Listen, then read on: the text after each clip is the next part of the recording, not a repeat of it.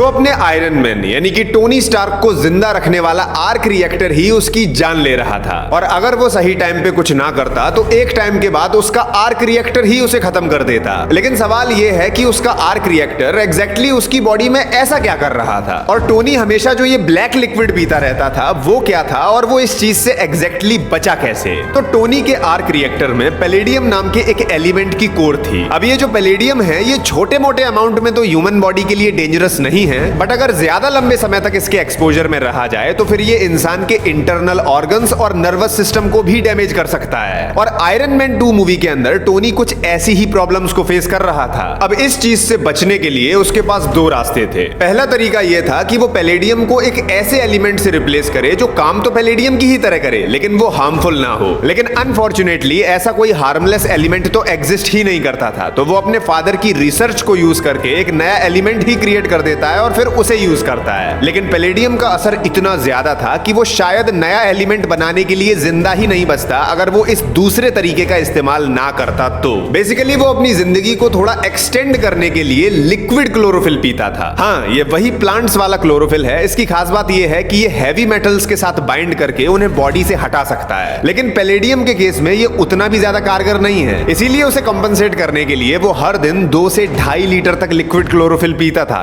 तब जाके कहीं वो पैलेडियम पॉइजनिंग से लड़ पा रहा था। उसे लगा मैं पता नहीं चलेगा।